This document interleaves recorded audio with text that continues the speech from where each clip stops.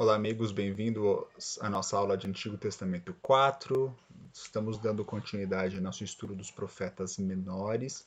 Já vimos Oséias, agora estamos em Joel. Nós já vimos também os profetas maiores, que é a grande parte das profecias fortes, livros grandes, longos, vimos os oráculos. E nesta aula de hoje nós vamos ver essa mensagem, estrutura, como funciona a lógica interna do profeta Joel. Bom, a gente deve começar dizendo que a redação do livro é complicada, no sentido de que a gente não sabe quando foi escrito esse livro.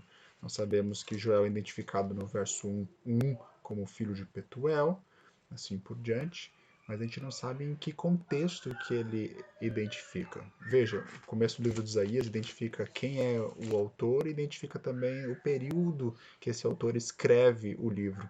Mas aqui em Joel não tem essa identificação, não tem a menção de nenhum rei. Por isso existe um debate, 3 momentos específicos, ou no 9º século, ou no 7º século antes de Cristo, ou no período pós-exílico, no período persa.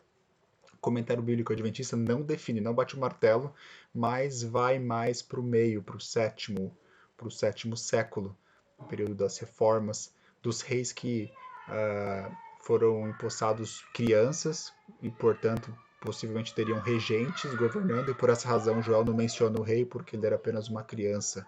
Né? Tem Joás, tem Josias, que se enquadrariam nessa condição.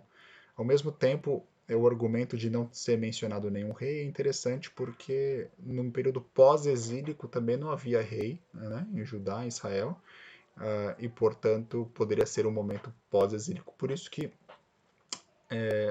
talvez a gente possa favorecer essa visão pós-exílica.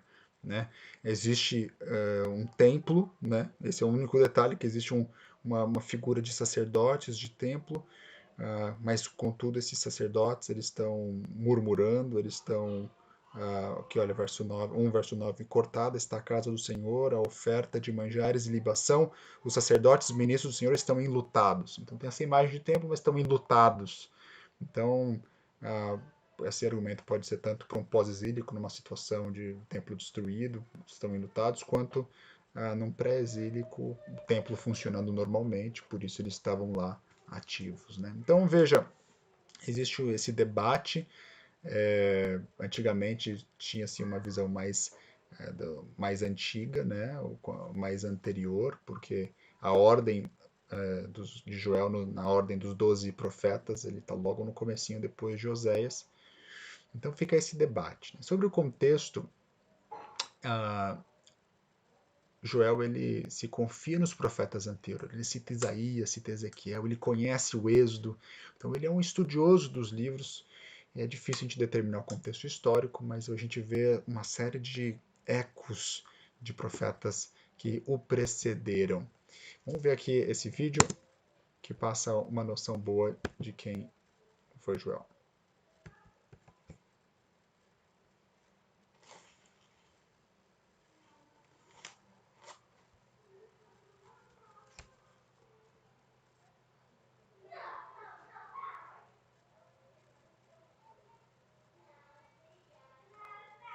É o projeto do Bible Project, tá?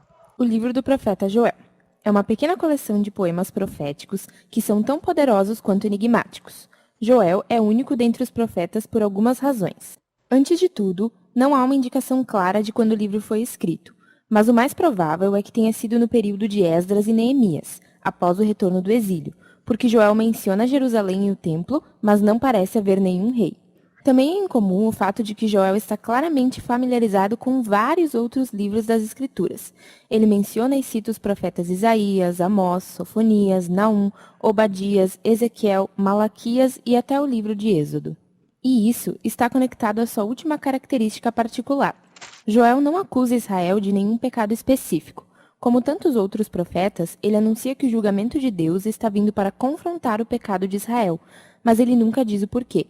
E isso provavelmente acontece porque Joel presume que, como ele, você já está lendo os outros profetas e já sabe tudo sobre a rebelião de Israel. Agora, essas 3 características juntas nos ajudam a entender esse livro fascinante. Joel é um autor que esteve imerso pessoalmente em escritos bíblicos anteriores, e suas reflexões sobre eles o ajudaram a encontrar o sentido nas tragédias dos seus dias, mas também lhe deram esperança no futuro. Vamos nos aproximar e ver como isso funciona. Nos capítulos 1 e 2, Joel foca no Dia do Senhor, um tema-chave entre os profetas que descreve eventos do passado onde Deus apareceu de uma maneira poderosa para salvar o seu povo e confrontar a maldade. Lembre-se das pragas do livro de Êxodo. Mas o profeta vê nesses eventos indicadores para um tempo futuro, quando Deus vai novamente confrontar a maldade entre seu povo e entre todas as nações, e vai trazer a salvação para o mundo. Então aqui, nos capítulos 1 e 2, Joel apresenta 2 poemas paralelos que destacam esse tema. O capítulo 1 é sobre o dia do Senhor que já aconteceu. Ele começa anunciando um desastre recente. Um enxame de gafanhotos devastou Israel. E sua descrição do enxame remete ao dia do Senhor contra o Egito. Lembre-se da 8ª praga de Êxodo 10. Só que dessa vez, os gafanhotos estão sendo enviados contra Israel. Então Joel clama aos anciãos e sacerdotes que guiem o povo ao arrependimento e oração, e se arrepende pessoalmente junto com todos os sacerdotes. O capítulo 2 segue a mesma linha, e tem a mesma estrutura poética e fluxo de pensamento. Joel anuncia um outro dia do Senhor, mas dessa vez no futuro e não no passado. É um desastre iminente que está chegando a Jerusalém.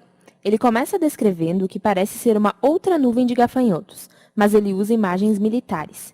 Os gafanhotos se tornam um exército de Deus, como uma cavalaria que está marchando e destruindo tudo por onde passa. O sol está escuro, a terra treme e Joel diz: "Como é grande o dia do Senhor! Como será terrível! Quem poderá suportá-lo?" E mais uma vez Joel chama o povo para a oração e o arrependimento, e explica como: rasgando seus corações e não suas vestes, e retornando ao seu Deus. Em outras palavras, Joel sabe que o arrependimento pode ser só um teatro que você encena para se livrar dos problemas. E ele diz que Deus não está interessado nisso. Ele quer uma mudança genuína para que seu povo abandone o egoísmo e a maldade. E agora Joel diz por que Israel deveria se arrepender. Porque Deus é misericordioso e compassivo, muito paciente e cheio de amor. Ele está citando o livro de Êxodo aqui, que fala do perdão de Deus depois do incidente do bezerro de ouro. E a partir dessa história, Joel percebe que a misericórdia e o amor de Deus são mais poderosos que sua ira e seu julgamento. Por fim, ele lidera os sacerdotes em atos de arrependimento e oração, pedindo a Deus que poupe o seu povo. E logo depois desses 2 poemas, a cena muda e nós temos uma pequena narrativa que mostra a resposta de Deus ao arrependimento de Joel e do povo. Então o Senhor mostrou zelo por sua terra e teve piedade do seu povo. Deus diz que vai reverter os efeitos devastadores desse dia do Senhor e transformá-lo de julgamento em salvação. Primeiro, ele vai derrotar os invasores que estão ameaçando seu povo, provavelmente os gafanhotos, e vai levá-los às suas próprias ruínas. Então, ele vai restaurar a terra devastada, trazê-la de volta à vida e torná-la abundante novamente. E, finalmente, Deus diz que vai trazer sua presença divina para viver entre o povo. Ela vai se tornar real e acessível para todo mundo. E depois desse ponto, o poema conta uma história poderosa, onde Joel leva Israel a ver como seu pecado os levou ao desastre e ao julgamento divino, mas que com o Deus da misericórdia sempre há uma esperança. E Joel vê em todos esses eventos passados uma imagem do futuro dia do Senhor.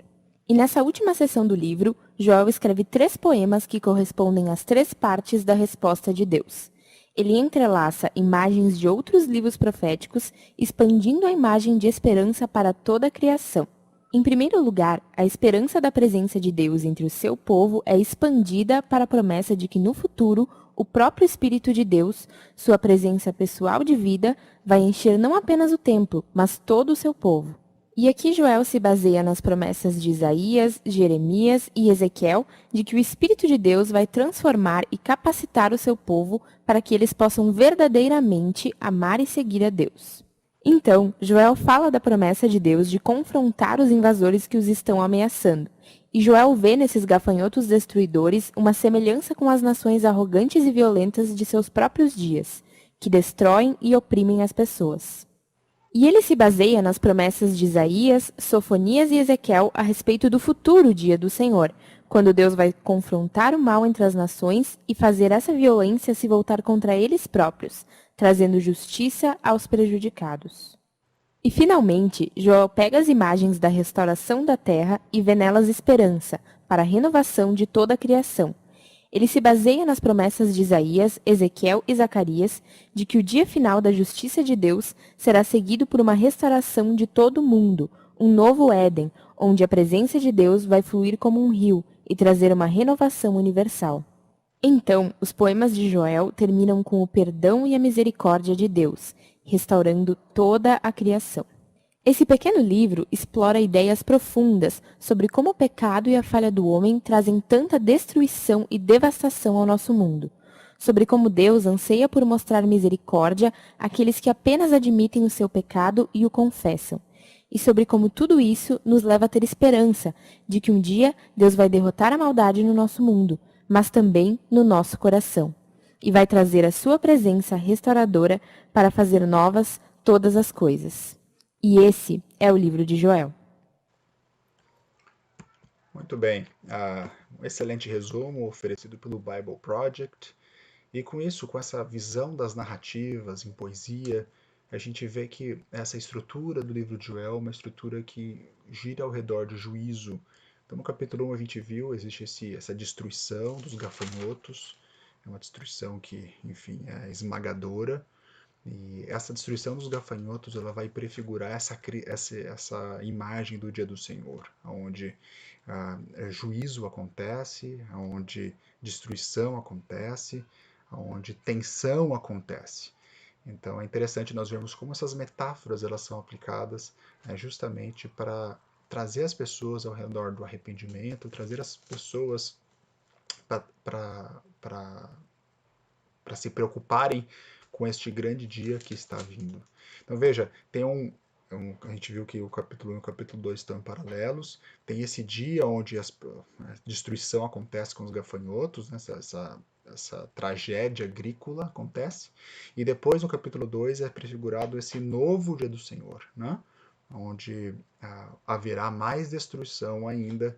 E eu acho que é interessante a gente entender esse pensamento da antiguidade, porque na antiguidade, na visão antiga do mundo, da cosmologia, existe uma correlação natural entre Deus, as pessoas e o solo. Então, veja, as pessoas elas dão sacrifício para Deus a fim de receber as graças divinas. E como é que funciona essa graça divina? Através de bênçãos para a manutenção, para a sobrevivência das pessoas. Então, quando as pessoas oferecem sacrifício e Deus rejeita o sacrifício, em vez de receber graças, receberia punição, maldições. Como funcionam essas maldições? Através de tragédias agrícolas. Você perde, para de chover, né? Pensa, por exemplo, no livro de Reis, né? Existe Elias, ele ora e para de chover, simplesmente a interação com ele com Acabe é assim, esse é o contexto. É uma tragédia agrícola. E que no livro de Joel a gente vê exatamente isso, uma tragédia agrícola. É interessante que quando você lê as maldições da aliança, Deuteronômio 28, você vê exatamente que existe esse peso, essa correlação. Os pecados do homem trazem consequências para a sobrevivência do homem através do solo, da terra. Olha só como é descrito isso. E olha como o reverso da maldição, que é a bênção, ou seja, o reverso da tragédia agrícola, que é a abundância agrícola, é descrita no livro de Joel. Joel capítulo 1, verso 9 e 10 ilustram isso. Cortada está da casa do Senhor a oferta de manjares e a libação, os sacerdotes ministros do Senhor estão enlutados, o campo está assolado, a terra de luto, porque o cereal está destruído, a vide se secou, a videira, né, a árvore da uva se secou, as olivas se murcharam, envergonhai-vos, lavradores, uivai vinhateiros, trigo a cevada, apareceu, o mestre do campo, a vide secou. Olha só que destruição. A vide secou, verso 12, a figueira se murchou, a romeira também, a palmeira e a macieira, todas as árvores do campo se secaram, já não há alegria nos filhos dos homens. Então veja, é uma tempestade perfeita, uma tragédia agrícola. E agora quando a gente tem a reversão da maldição, né? Porque quando a lógica da forma como Deus ele lida é interessante. Os profetas vão lidar com um sistema, assim, os filhos dos homens eles se afastam de Deus, as maldições da aliança caem sobre os filhos dos homens. Geralmente Deus instrumentaliza uma terceira parte para trazer juízo, mas o que acontece é que os filhos dos homens se arrependem, eles invocam a Deus e agora Deus responde e devolve essa maldade dessa terceira parte que fez sobre Judá sobre eles mesmos. Então a flecha vem de lá para cá e agora Deus ele responde, ele só vira a flecha e agora a flecha recai e Deus salva o seu povo. Então isso que é bonito. E quando a gente vê essa reversão da maldição, olha o que a gente vê. Joel capítulo 2, a gente vai ver essa recriação, né? Verso 22. Não temais, animais do campo, porque os pastos do deserto reverdecerão. O deserto vai ficar verde de novo, porque o arvoredo dará o seu fruto, a figueira e a vide produzirão com vigor. Alegrai-vos, pois filhos de Sião, regozijai-vos no Senhor vosso Deus, porque ele vos dará em justa medida a chuva. Lembra? Estava seco. Lembra? As plantas morreram, o gafanhoto matou tudo, comeu toda o produto agrícola. E a peste, o problema da peste não é que você não trabalhou, você trabalhou. Mas na hora de colher, ao invés de você colher, a peste vem e come toda a peste no seu lugar. A frustração disso. Mas aqui promete, alegrai-vos, porque vai ter abundância, porque Deus fará chover a chuva temporã e a chuva serôdia, a chuva do outono, quando você planta, e a chuva serôdia, a chuva, a chuva da colheita, né? As eiras se encherão de trigo, os lagares transbordarão de vinho, de óleo. E aqui tem a promessa da restituição. Restituir-vos-eis os anos que foram consumidos pelo gafanhoto migrador, pela destruição que aconteceu. E qual é a promessa? A promessa é a promessa da presença. As bênçãos da aliança estão correlacionadas sempre com a presença de Deus. Porque onde ele está, há bênção. Onde Deus não está, é geralmente porque existe a presença do pecado, há maldições, que é a consequência natural de nós nos afastarmos de Deus. E olha só, depois dessa descrição da reversão das maldições da aliança, no Joel capítulo 2, a gente vê essa presença de forma gritante. 2:27, sabereis que estou no meio de Israel, e que eu sou o Senhor vosso Deus, e não há outro. O meu povo jamais será envergonhado. Eu sou Emanuel, em outras palavras, eu estou no meio de Israel. Linguagem de templo. Veja, se essa é uma linguagem do pós-exílico, período persa, talvez Zorobabel já tivesse reconstruído iniciado, né, a reconstrução do templo, mas o fato é a promessa da presença de Deus. E o que acontece quando Deus se faz presente? Essa é a pergunta que nós devemos fazer. E logo na sequência dessa perícope, a gente tem a promessa que Atos, depois Pedro vai citar isso em Atos capítulo 2, no Pentecostes, né? Que os jovens terão sonhos e visões, o Espírito do Santo, o Espírito de Deus estará sobre toda a carne, vossos filhos, assim por diante. E a gente vê uma sequência, uma guinada que dá. Agora, a presença de Deus é prometida, então o Espírito vai ser dispensado. E onde tem Espírito, tem vida. E a gente vê essa vida já na forma como as maldições da aliança foram reversas. Agora a gente tem abundância, as árvores estão dando frutos, a gente tem vida. Onde tem vida, tem justiça. E agora Deus traz a justiça, ele muda o canhão que estava sobre Israel, sobre Judá, agora volta para as próprias nações ao redor que oprimiram, né? Judá e Israel. Ele vindica essas nações e promete transformação. Então a gente tem recriação, a gente tem a linguagem de recriação, as árvores dando, a gente vê a linguagem do rio saindo e trazendo vida para a terra. Olha só, capítulo 3, verso 18. Joel 3,18 diz: manarão leite, todos os rios de Judá estarão cheios de água, sairá uma fonte da casa do Senhor e regará o vale de Sitim, e assim por diante. Olha essa imagem, gente. Da casa do Senhor, do templo, sai uma fonte. E agora, por onde essa fonte passa, vida acontece, né? Abundância. É a linguagem de Éden, é a linguagem de recriação. Ele faz essa figura de linguagem que esse deserto agora ele vai se transformar em um novo Éden. Isaías já faz essa mesma correlação de se tornando um novo Éden. Onde que a gente vê isso? Talvez 2, 3, que vai ter um novo Éden. Cadê? Aqui, olha. 2, 3. À frente dele vai fogo devorador, atrás chama que abrasa, diante dele a terra, como um jardim do Éden, mas atrás deles um deserto assolado. Em outras palavras, existe essa figura de que o que vai acontecer na frente vai ser a restauração, a recriação, né? Então, imagem de criação, imagem do Espírito Santo do Senhor estando sobre toda a carne, e a imagem de vingança. Agora, Deus vindicando os seus justos e atribuindo às nações ao redor que estão aterrorizando. Então, essa é a imagem de Joel. Essa é a mensagem de Joel, trazendo esse dia do Senhor, que vai ter espírito, vai ter recriação e vai ter vingança. Evidentemente, esse dia do Senhor, ele é um dia que traz libertação. Vai ter vida novamente, a imagem de Éden, que é o retorno ao Éden. Essa mensagem é dada por formas de oráculos contemporâneos, escatológicos, esses ais, essas mensagens de julgamento e essa instrução, identificação do papel do Senhor levando a cabo seus planos de salvação. Obrigado pela atenção. A aula de hoje nós vimos a mensagem de Joel, essa mensagem que mexe com a terra, mexe com essa visão agrária e, sem dúvida, mostra que Yahvé é o Senhor. Em outras palavras, ele é soberano sobre a história e vai restaurar o seu povo das maldições da aliança. Obrigado pela atenção, tenham todos um excelente dia.